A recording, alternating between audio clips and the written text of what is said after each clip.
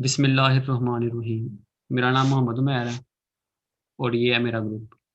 मेरा टॉपिक है digital signature. सबसे पहले हम इसका इंट्रोडक्शन देखेंगे कि डिजिटल सिग्नेचर होता क्या है। द एक्जिस्टेंस और absence of an authorized handwritten signature determines the authenticity of many legal, financial and other documents.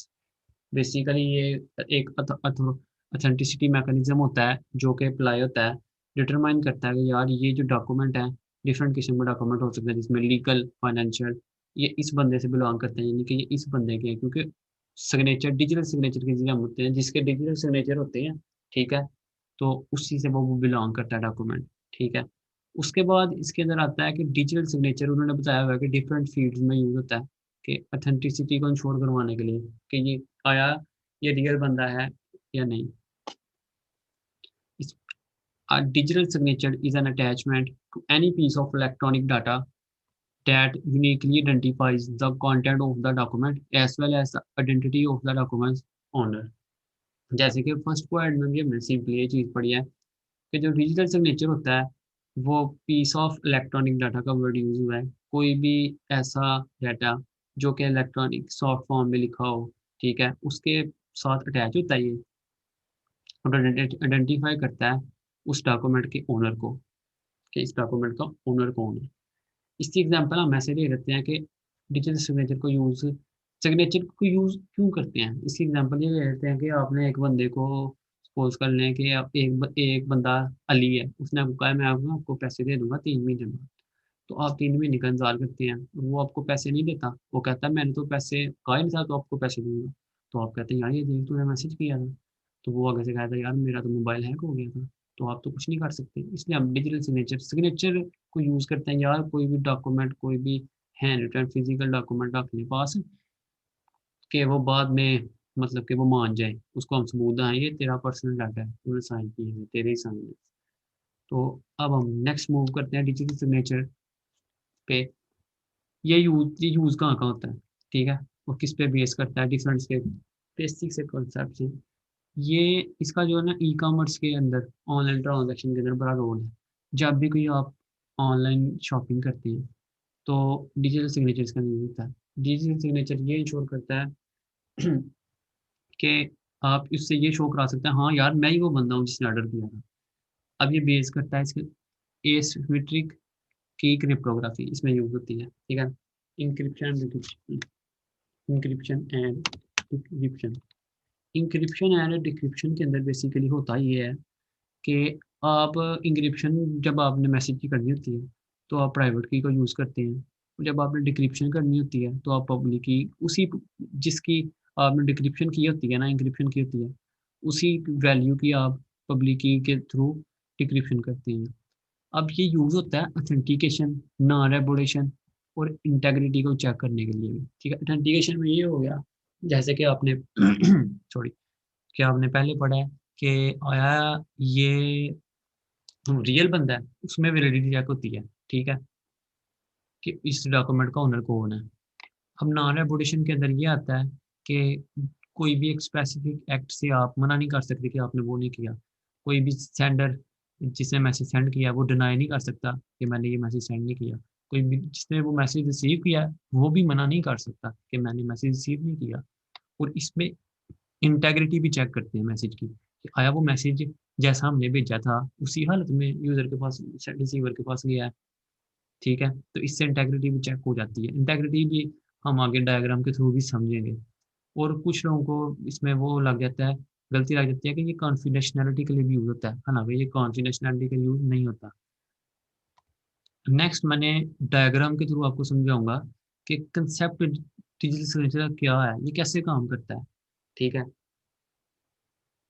जैसे कि आपको मैंने बताया था कि इंक्रिप्शन डिक्रिप्शन में, इंक्रिप्शन और डिक्रिप्शन में प्राइवेट कीज यूज होती हैं, ठीक है। तो सबसे पहले हम ए सेंडर है और बी रिसीवर है।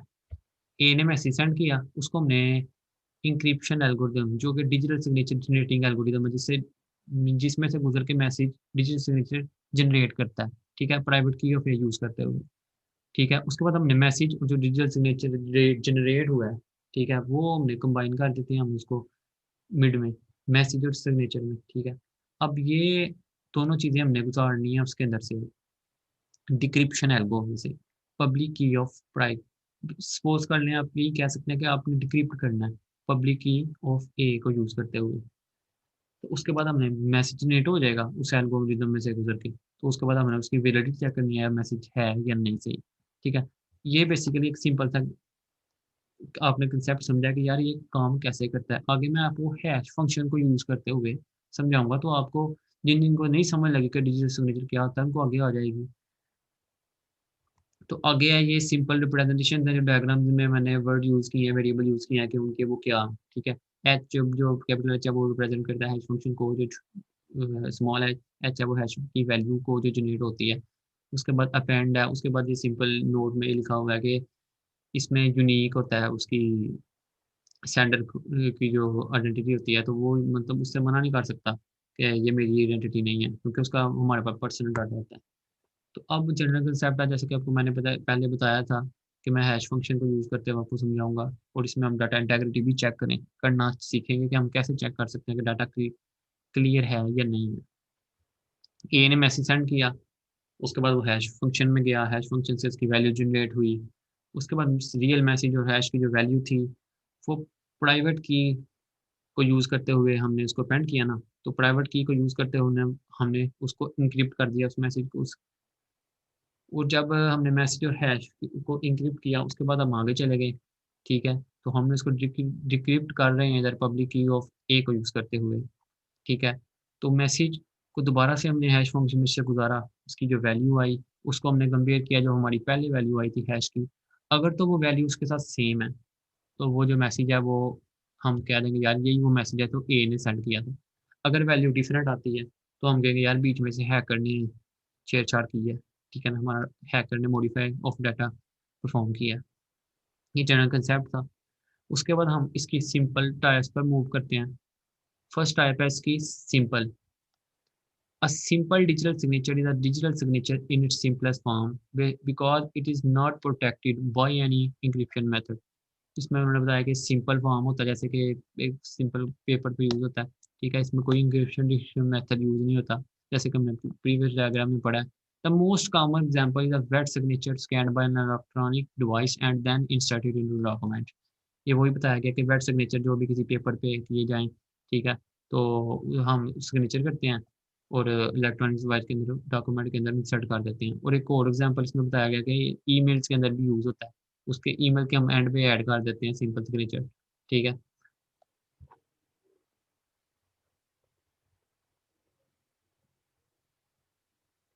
बिस्मिल्लाह। अस्सलाम वालेकुम, मेरा नाम मोहम्मद तैमूर, रोल नंबर 21 है। मेरा जो टॉपिक है वो डिजिटल सिग्नेचर की type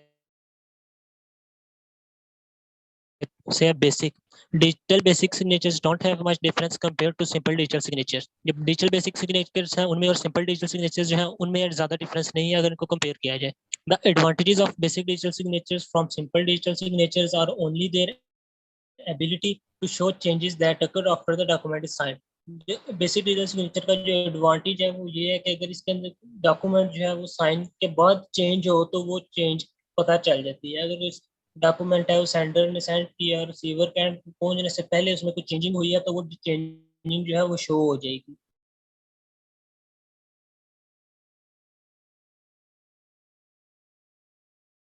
this signature still can not guarantee the security of your identity. ये सिग्नेचर है ये आपकी आइडेंटिटी की सिक्योरिटी की गारंटी नहीं करता। Document sign with digital signatures of this category still do not have legal power and legal consequences। जो digital signatures इस डॉक्यूमेंट साइन होते हैं इस कैटेगरी के अंदर उनका ना तो लीगल पावर है ना उनकी कोई लीगल कॉन्सिक्वेंसेज है। Advanced and qualified digital signature advanced and qualified is the safest digital signatures and has legal strength equivalent to a wet signature on paper। digital signature advance and qualified जो हमारा safest digital signature है और इसकी legal strength जो है वो हमारी equivalent है वेट सिग्नेचर ऑन पेपर के। वेट सिग्नेचर ऑन पेपर क्या है? वेट सिग्नेचर ऑन पेपर जो हमारा वो हार्ड फॉर्म के अंदर जो पेपर्स के ऊपर जो सिग्नेचर करते हैं ये उसके इक्विवेलेंट इसकी लीगल स्ट्रेंथ है। Advanced and qualified digital level signatures are made with asymmetric cryptography technology and public key infrastructure. Advanced and qualified digital level signatures जो है वो बेसिकली हमारे asymmetric cryptography technology और public key infrastructures के साथ बनते हैं. Just like a digital signature in a basic category, advanced and qualified digital signatures are also able to show when, where, and what devices to use during the document signing process. जैसा कि digital signature की basic category में थी वैसा ही advance और qualified digital signatures के अंदर है कि जब डॉक्यूमेंट की जो साइनिंग प्रोसेस के दौरान जो डिवाइस यूज होती है वो कब और कहाँ पे यूज हो रही है वो हमें पता चल जाता है इसके अंदर. All changes that occur after the document is signed can also be easily known. जो चेंजेस डॉक्यूमेंट के साइन होने के बाद होती हैं वो सारी चेंजेस जो है वो इजीली इसके अंदर पता चल जाती है. Advanced and qualified digital signature service providers are required to impose a two factor authentication before the document can be signed by the user. Advanced and qualified digital signature service providers जो है उन्होंने इस चीज को require कर दिया है कि अगर किसी ने यूजर ने डॉक्यूमेंट के ऊपर साइन करना है तो उससे पहले उसको टू फैक्टर ऑथेंटिकेशन करनी पड़ेगी. जब तक वो टू फैक्टर ऑथेंटिकेशन नहीं करेगा वो डॉक्यूमेंट के ऊपर साइन नहीं कर सकता. It is the extensive verification and authentication process that makes documents signed with digital signatures. This category already has an electronic certificate that is uniquely attached to the identity of the signatory. ये extensive verification authentication process है जिसके अंदर documents जो बनाए जाते sign जो बनाए जाते हैं वो डिजिटल सिग्नेचर जो है वो ऑलरेडी के इलेक्ट्रॉनिक सर्टिफिकेट के साथ के ऊपर हुए होते हैं जो डॉक्यूमेंट के साथ अटैच कर दिए जाते हैं जिसे जो सिग्नेटरी है उसकी आइडेंटिटी होती है. नेक्स्ट है इसके एडवांटेजेस और डिसएडवांटेजेस. एडवांटेजेस के अंदर है पहला है ऑथेंटिकेशन है, इंटेग्रिटी ऑफ डाटा है, नॉन रेपुटेशन है. ऑथेंटिकेशन में ये है कि जब कोई सेंडर या पब्लिक की को यूज करते हुए डिजिटल सिग्नेचर करता है ये इसको वेरीफाई करता है, वैलिडेट करता है कि जो ये इस चीज को श्योर करता है जो सिग्नेचर है जो किए गए हैं इसके ऊपर वो सेंडर नहीं किए हैं, किसी और ने नहीं किए.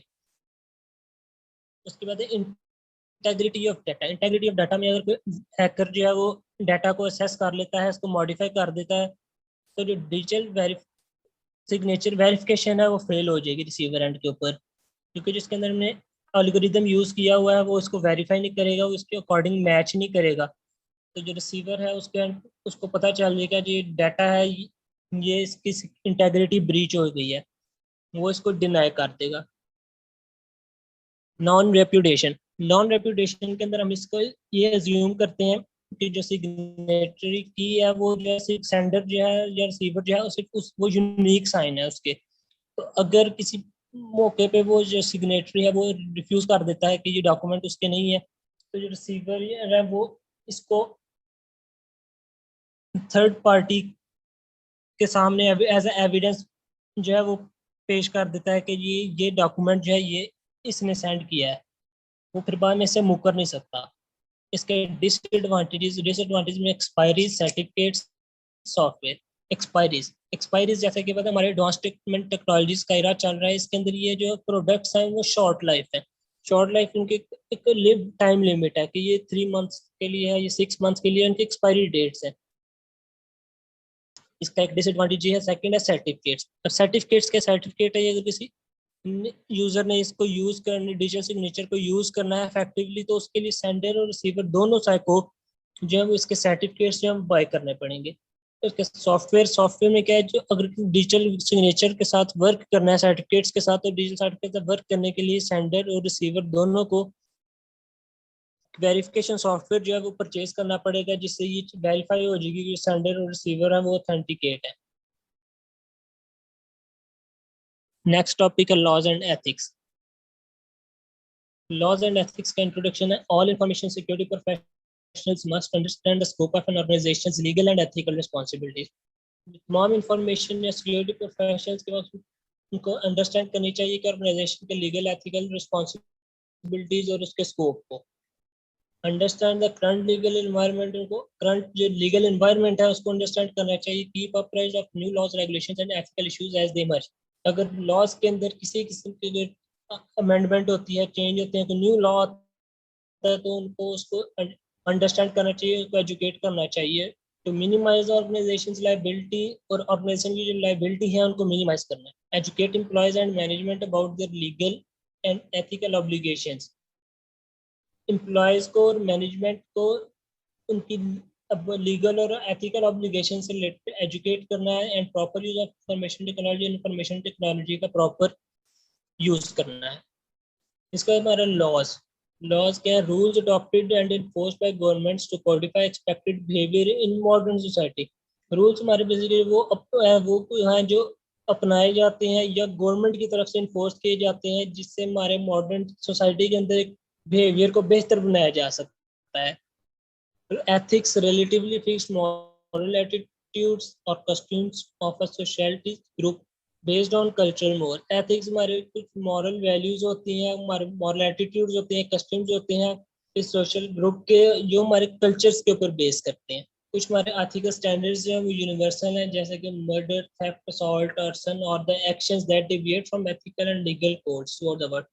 ये थ्रू आउट द वर्ल्ड हमारे लीगल और एथिकल कोड जो है वो सेम यूनिवर्सल है। अगर कोई इनके खिलाफ इनको बुरा, इन एथिकल को बुरा समझा जाता है, और अगर कोई इनका करता है तो उसको खिलाफ लॉज के अकॉर्डिंग एक्शन होता है।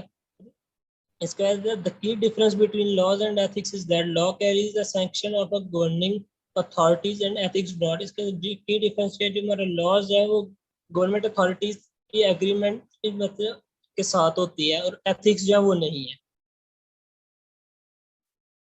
इसके बाद टाइप्स ऑफ लॉज में है सिविल लॉ जो प्रिटेन करता है रिलेशनशिप इंडिविजुअल्स के दरमियान और ऑर्गेनाइजेशंस के दरमियान। क्रिमिनल लॉ जो addresses violation harmful to society, ये अगर कोई ऐसी वायलेशन जो सोसाइटी के लिए हार्मफुल है उनको एड्रेस करता है। Active enforced and prosecuted by the state, और एक्टिवली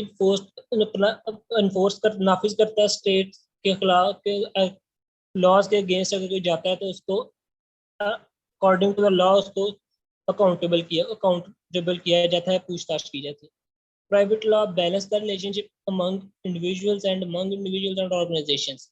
ये इंडिविजुअल्स के दरमियान रिलेशनशिप्स और इंडिविजुअल ऑर्गेनाइजेशन के दरमियान जो रिलेशनशिप्स हैं उनको बैलेंस करने के लिए लॉ बनाया गया। इसमें हमारे फैमिली लॉ, कमर्शियल लॉ और लेबर लॉ आते हैं।